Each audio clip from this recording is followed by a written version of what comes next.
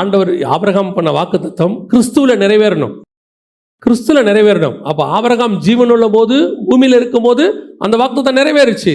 அதே நேரத்தில் கிறிஸ்து வரும்போது கொஞ்சம் நிறைவேறுச்சு. அது ஆபிரகாமுடைய மாம்ச கண்கள் பார்க்காது, ஆனால் அது காதுகள் கேட்கும். அவன் விசுவாசித்தான். அதே காரியத்தான் கர்த்தர் உங்களுக்கும் சொல்லுகிறார். கர்த்தர் வாக்குத்தத்தம் பண்ணினார், அது ஒரு நாள் நிச்சயம் நடக்கும். ஒருவேளை நீங்கள் இருக்கும்போது நடக்காது, உங்கள் பிள்ளைகள் வாழ்க்கையில் அது நடக்கும். உங்கள் பிள்ளைகள், உங்கள் சந்ததிகள் அதை பார்ப்பார்கள். வருகை தாமதித்தால் கர்த்தர் அதை நிறைவேற்றி கொடுக்க வல்லமை உள்ளவர். ஒன்று மட்டும் நிச்சயம், இங்கே நடக்காவிட்டாலும் பரலோகத்தில் நடக்கும்.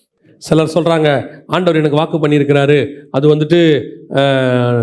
நடக்காமல் எப்படி வருகை வரும்? ஆண்டவர் தான் எங்கிட்ட சொல்லியிருக்கிறாரு. ஆண்டவர் சொல்லியிருக்கிறாரு, அதை வருகைக்குள்ளாக நிறைவேற்றணும்னு அவர் உங்களுக்கு காலகட்டம்லாம் சொல்லலை.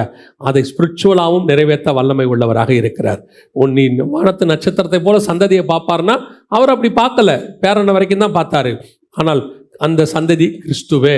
கிறிஸ்துவின் மூலமாக வானத்தின் நட்சத்திர சந்ததி உருவாயிருச்சு. நீ தேசத்தை சுதந்தரிக் கொள்வாய்னா அந்த தேசத்தை மட்டும் சொல்லலை, அஸ்திவாரம் உள்ள ஒரு தேசம் வருது, அதையும் ஒரு சுதந்தரிப்பார். கர்த்தர் சொன்னது அந்த காலகட்டத்தில் தான் நடக்கணும்னு அவசியம் இல்லை, உங்கள் காலகட்டத்துக்கு பிறகும் நடக்கும்.